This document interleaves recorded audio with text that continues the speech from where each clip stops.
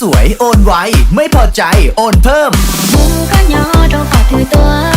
Chả coi cùng đau cũng chỉ nhìn chơi chỉ thua. Câu sẽ đông đâu cho lý là đi xóa. DJ Coffee Remix. Đời tôi chỉ lo trong gạo ly chọn đường cao. Là cùng người lý trao cũng xa khẩu. Câu sẽ khi có thế lý trong nhà cô. Người chỉ xa có cả lũ mày đâu mò. Cho đã giữ mà đâu muốn có đông xa. Tình trong ly cũ để có phút cả thà. Ta có tiền có mua kê. Tình trong ly cũ để có ok. Are you ready? Are you ready?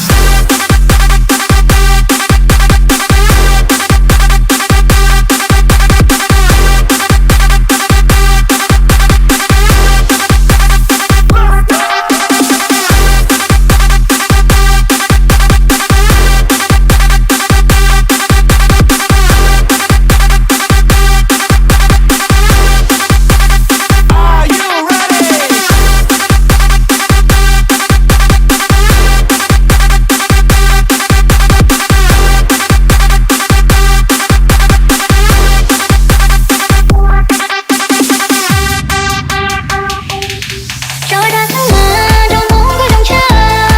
Tình trong ly cũ để có phút cả thà. Ta có tiền có mua kê. Tình trong ly cũ để có phút ok. Đời tôi chỉ trong có lý có trò lòng cao. Ta cứ của tao có hoa lô cho lửa. Tình trong ly cũ có chỉ tao có đua. Mình cứ tự do có gió kèm bao sủa. Mình cứ tự do có gió kèm bao sủa. Cho đã giữ mà đâu muốn có đông xa. Tình trong ly cũ để có phút cả thà. Ta có tiền có mua kê. Tình trong ly cũ để có phút ok. Cho đã giữ mà đâu muốn có đông Welcome xa. to DJ Tình trong ly cũ Coffee để có phút cả thà. Remix. Ta có tiền có mua kê. Tình trong ly cũ để có phút ok. Are you ready?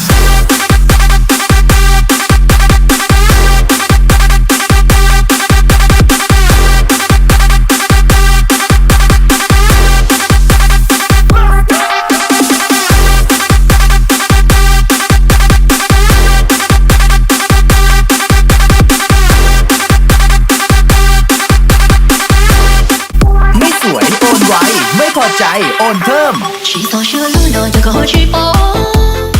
Họ cũng chơi vô có lũ xuống thìa. Của cú hiếp lìa cho cú gió truyền. Chà, xin lên thua tố hoa. Welcome to DJ Coffee Remix. Chà có chỉ lũ chỉ hoa. Mỗi chân lũ lúa có tới một quang. Nhớ chỉ không lời chỉ cho cũng mù trong luôn.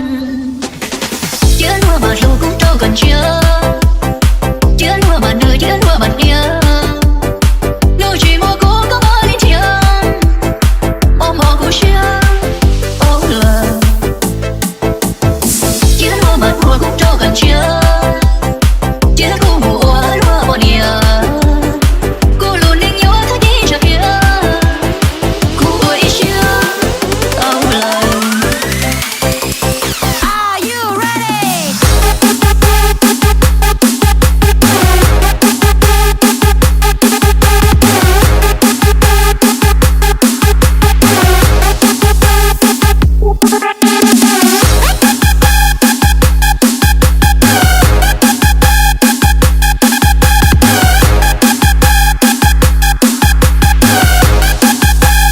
Are you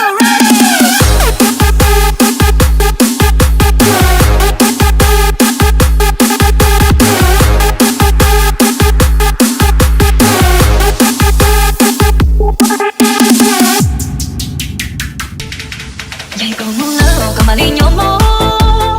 Tôi lúc xuyên thọ cô chỉ muốn